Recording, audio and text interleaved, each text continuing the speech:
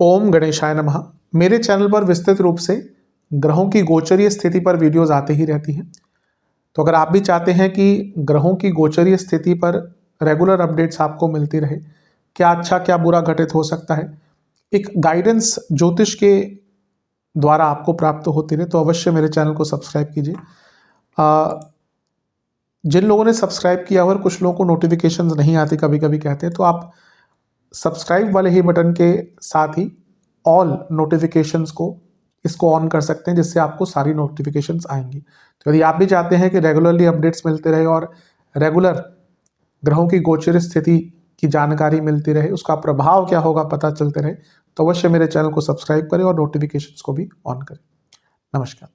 ओम गणेशाय नमः। ओम नमः शिवाय। मैं निखिल ज्योतिष आचार्य आप सभी का मेरे चैनल पर पुनः स्वागत करता हूं।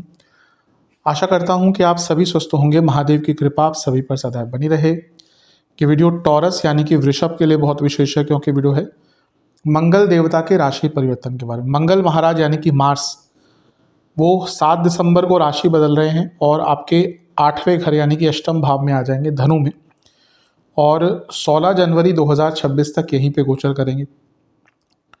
मंगल बल, पराक्रम, real estate, automobile sector, automobile, शारीरिक क्षमता, logical reasoning, confidence, authority, domination, भाई बहन, बहुत चीज़ों के कारक है। तो उनका बदलाव अवश्य चीज़ों को बदलता है।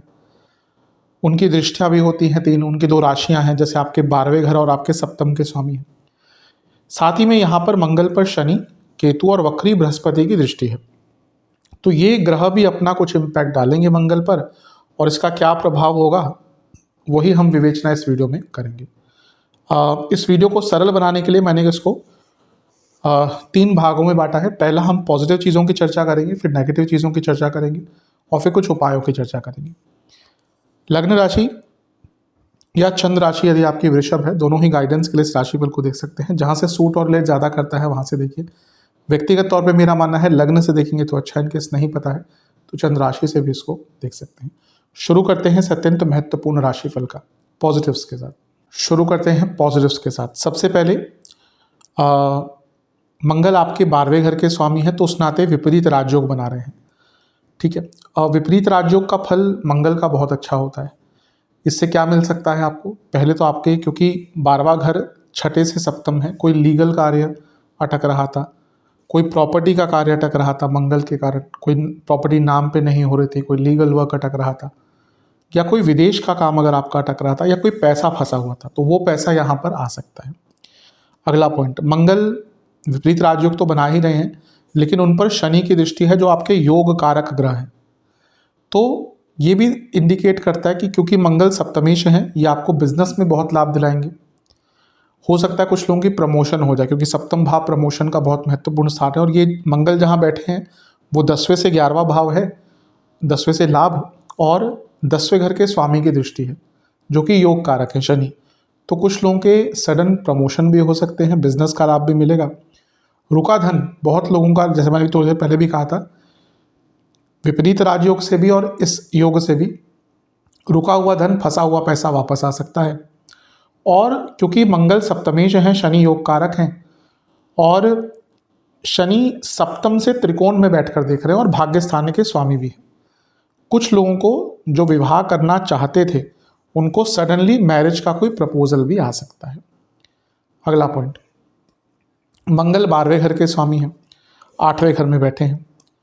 10वें घर के स्वामी शनि, जो नवम भाव के स्वामी भी हैं, 10वें से 12वें, वो मंगल को देख रहे हैं। तो ये कनेक्शन करियर का हुआ, 8वें का हुआ, 12वें का हुआ, ये चेंजेस लाते हैं, और नवम भाव ट्रांसफ़र लाता है। तो अगर आप अपने करियर में ट्रांसफ़र ढूंढ रहे थे, जॉब चेंज करने का प्रयत्न कर रहे थे, और क्योंकि 12वें घर का इन्वॉल्वमेंट भी है, विदेश में जॉब ढूंढ रहे थे, ये पूरा ही 45 दिन का कालखंड आपके लिए बहुत श्रेष्ठ है इन सारे एरियाज में ट्राई करने के लिए। अगला पॉइंट, 11वें भाव के स्वामी कौन है? आपके बृहस्पति। उनकी दृष्टि है मंगल पर। 11वां भाव क्या होता है? एसेट्स का, यानी कि आपकी प्रॉपर्टीज, एसेट्स जो होते हैं आपके फिक्स एसेट्स, मंगल प्रॉपर्टी के कारक हैं। तो और ये मंगल 11वें घर को देख भी रहे हैं। अगर आप बहुत टाइम से कोई प्रॉपर्टी खरीदना चाहते थे, कभी कभी होता है व्यक्ति के पास पैसा होता है लेकिन प्रॉपर्टी खरीद नहीं पाता क्योंकि मिलती नहीं।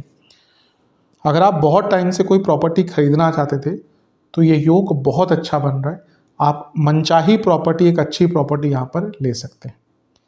अगला पॉइंट, यहाँ पर मंगल पर केतु की दृष्टि है और केतु 12वें घर को भी कनेक्ट कर रहे हैं और मंगल 12वें घर के स्वामी भी हैं। 12वां भाव व्यय स्थान है। केतु भी कभी कभी ब्रेक्स के लिए, प्रॉपर्टी बेचने के लिए बहुत इंपॉर्टेंट होते हैं और चौथे घर में बैठे ही हैं और मंगल प्रॉपर्टी के कारक है।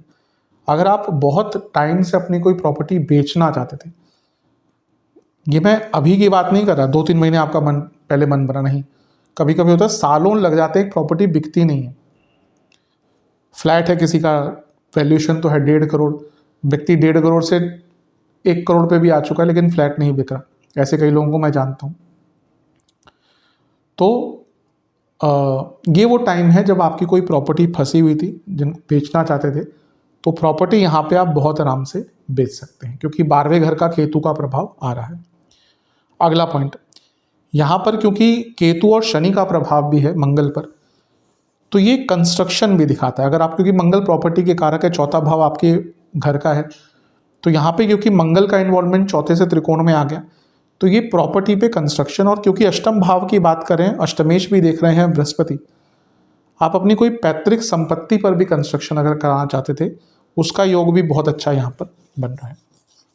अगला पॉइंट, क्योंकि मंगल 11वें घर को देख रहे हैं और धन स्थान को देख रहे हैं, अष्टम भाव स्पेकुलेटिव मार्केट्स के लिए इंपॉर्टेंट होता है और अष्टमेश भी देख रहे हैं, अचानक से स्पेकुलेटिव मार्केट से बहुत बड़ा धन यहाँ पे आपको प्राप्त हो सकता है। अगला पॉइंट, अगर आप रिसर्च बेस कुछ करते हैं, स्टूडेंट हैं, जॉब करते हैं, बहुत स्वर्णिम टाइम है। स्टूडेंट हैं तो कुछ बहुत अच्छा कर सकते हैं, जॉब भी करते हैं तो बहुत कुछ अच्छा अचीव कर सकते हैं। अगला पॉइंट, मंगल का एक जो दृष्टि है वो 11वें घर पर है और 11वें घर भाव में कौन बैठा है? 10वें घर का स्वामी यानी कि शनि। तो 11वां भाव वृद्धि का है, 10वां भाव करियर का है, मंगल की दृष्टि है जो 10वें से लाभ में बैठे हैं। जो लोग जॉब करते हैं ना, उनको सैलरी में स्पाइक देखने को मिल सकता है, इंक्रीज देखने को मिल सकता है। अगला पॉइंट, अब यहाँ पे भाव देखिए कौन कौन से कनेक्ट हो रहे हैं। अष्टम भाव में मंगल हैं, विपरीत राजयोग बना रहे हैं। लाभ स्थान से शनि देख रहे हैं जो योग कारक हैं। शनि लक्ष्मी भाव के स्वामी भी हैं। अष्टम और 12वें घर के स्वामी बृहस्पति जो ऑलरेडी धन स्थान में बैठे हैं वो भी अष्टम को देख रहे हैं। तो यहाँ पे धन का इन्वॉल्वमेंट हो गया, अचानक से धन का इन्वॉल्वमेंट हो गया, लक्ष्मी स्थान का इन्वॉल्वमेंट हो गया, लाभ स्थान का इन्वॉल्वमेंट हो गया, योग कारक विपरीत राजयोग कर्म भाव, ये बहुत बड़े धन का लाभ दिखा रहा है। अचानक से बहुत बड़ा धन आपको यहाँ पर प्राप्त हो सकता है। अगला पॉइंट, मंगल की दृष्टि धन स्थान पर है।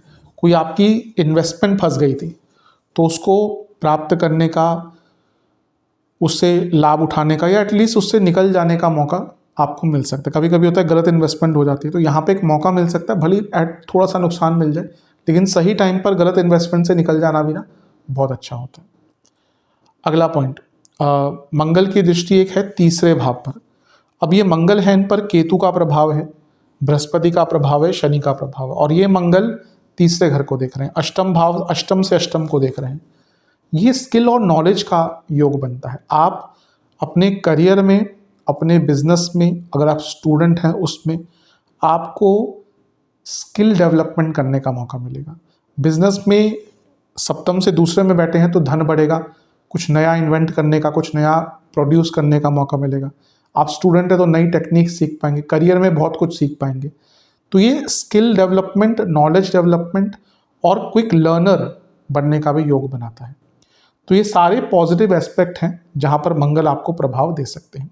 अब कुछ नेगेटिव चीज़ों की भी हम चर्चा कर लेते हैं। अब बात करते हैं नेगेटिव्स की। 12वें घर के स्वामी अष्टम में अचानक से एक्सपेंसेस बढ़ा सकते हैं, तो हो सकता है आपके एक्सपेंसेस बहुत बढ़ जाएं, कंट्रोल रखिएगा। ये इंजरीज का योग भी बनता है क्योंकि अष्टम में मंगल इंजरीज का योग बनाते हैं, तो इंजरीज हो सकती है। शनि और मंगल और केतु का प्रभाव, शनि, केतु और वक्री बृहस्पति का प्रभाव मंगल पर है। अष्टम में मंगल हैं, ये गुप्त शत्रुओं को एक्टिवेट कर देता है, यानी कि जो आपके गुप्त शत्रु हैं वो यहाँ पे आपको नुकसान पहुँचाने की कोशिश करेंगे। और मंगल का अष्टम में जाना और केतु से दृष्ट होना ये कभी कभी तंत्र क्रिया भी दिखाता है। और अष्टमेश बृहस्पति जो वक्री हैं, यहाँ पे ना बहुत केयरफुल रहेगा, कोई भी ऐसी जगह जहाँ पे तंत्र का बहुत उपयोग होता है मत जाइएगा। कोई शनिदेव का मंदिर हो, पीपल का पेड़ हो, काली माता का मंदिर हो, इस कालखंड में एटलीस्ट इन जगहों को, चौराहा हो जहाँ पर तंत्र का उपयोग बहुत होता है, भैरव जी का मंदिर हो, 10 महाविद्याओं में से कोई मंदिर हो, आपको इस टाइम में एटलीस्ट, मैं ये नहीं कह रहा कि कभी मत जाइए, लेकिन एटलीस्ट इस 45 दिन में इन जगहों पर, और स्पेशली अगर आपकी कुंडली वीक है तो इन जगहों पर जाने से बचिएगा। अगला पॉइंट, मैरिड लाइफ के लिए तो अच्छा नहीं है, क्योंकि मंगल दोष बना हुआ है, ऊपर से केतु का प्रभाव, शनि का प्रभाव, बृहस्पति का प्रभाव, ये आपके लाइफ पार्टनर को इंजरी भी दिखाता है। आपको तो होगी, आपके लिए भी योग बन रहा है, ये कभी कभी लाइफ पार्टनर के लिए भी एक इंजरी का योग बनाता है, और मैरिड लाइफ में एंगर इश्यूज बहुत होंगे। मंगल का प्रभाव 11वें घर पर, और मंगल पर खुद इतने ग्रहों का प्रभाव है तो ये लालच भी दिखाता है। कभी कभी व्यक्ति के अंदर बहुत लालच आ जाता है, वो बहुत इम्पल्सिव हो जाता है, और 11वें भाव पर उनका प्रभाव कभी कभी व्यक्ति को गलत इन्फ्लुएंस भी दिलाता है। वो व्यक्ति ना दूसरों के इन्फ्लुएंस में बहुत जल्दी आ जाता है और गलत जगह पे पैसा लगा देता है। दूसरा, 11वें भाव पर उनका प्रभाव व्यक्ति की वासनाओं को, इच्छाओं को बहुत बढ़ा देता है, तो उस पर भी नियंत्रण कीजिएगा। कभी कभी अचानक से एंगर, इम्पल्सिव एंगर भी आपको तंग कर सकता है। मंगल की एक दृष्टि दूसरे घर पर है, ये एक प्रकार से कुटुंब में दिक्कत, कुटुंब में प्रॉब्लम, वाणी में बहुत कटुता। देखिए, मंगल पे शनि का प्रभाव, केतु का प्रभाव है, वाणी स्थान में ऑलरेडी वक्री बृहस्पति, वाणी में क्लैरिटी की कमी भी रहेगी, ईगो झलकेगा आपके वाणी में, और पैसों को लेकर, ईगो को लेकर घर में झगड़े हो सकते हैं। और मंगल की एक दृष्टि आपके तीसरे घर पर है, ये भाई बहनों से प्रॉब्लम, इम्पल्सिवनेस फिर से, और कम्युनिकेशन गैप ये करवा सकता है। तो इन सब चीज़ों पर ध्यान दीजिएगा। सेहत की बात करें तो इंटेस्टाइन से जुड़ी प्रॉब्लम, जिनको पाइल्स की दिक्कत है उनकी प्रॉब्लम, पुरुष जिनको प्रोस्टेट के इश्यूज हैं, महिलाओं जिनको यूट्रस की प्रॉब्लम है, लोअर बॉडी में दर्द, स्पेशली जोड़ों में बहुत दर्द होना, गले के बहुत रोग होना, जिनको टॉन्सिल्स की प्रॉब्लम रहती है उनकी दिक्कत बढ़ना, इस प्रकार की जो चीज़ें हैं वो आपको तंग कर सकती हैं। उपाय की बात कर लेते हैं। आपको 3 सरसों के तेल के दिए अर्पण करने हैं बजरंगबली को। फिर एक मीठी रोटी बनानी है और लड्डुओं का भोग लगाना है बजरंगबली को। मीठी रोटी घर में ही बनाएं, गुड़ की तो बहुत अच्छा है। बजरंग बाण का पाठ करें एक बार, और ओम अंगारकाय नमः मंत्र का भी पाठ करें 108 बार, और मसूर, लाल मसूर दाल का दान करें। ये उपाय कर लेंगे तो अवश्य बहुत लाभ मिलेगा। आशा करता हूँ वीडियो काम आएगी। चैनल पर नए हैं सब्सक्राइब कीजिए, वीडियो को लाइक कीजिए। मिलता हूँ अगली वीडियो में, तब तक के लिए ओम नमः शिवाय।